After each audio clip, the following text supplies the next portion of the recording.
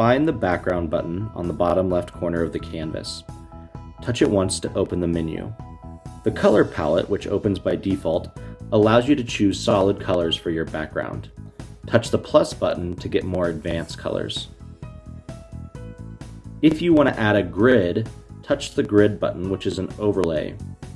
Touch it again to turn it off. To add the calendar and date and time, touch the calendar icon, and then the date and time will appear in the top right.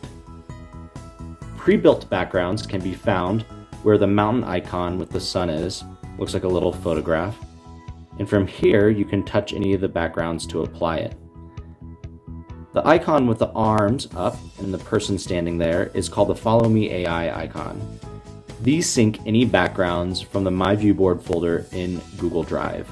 Just like the built-in backgrounds, touch one of these twice to apply it. Choose if you want to apply to all pages or just a single page.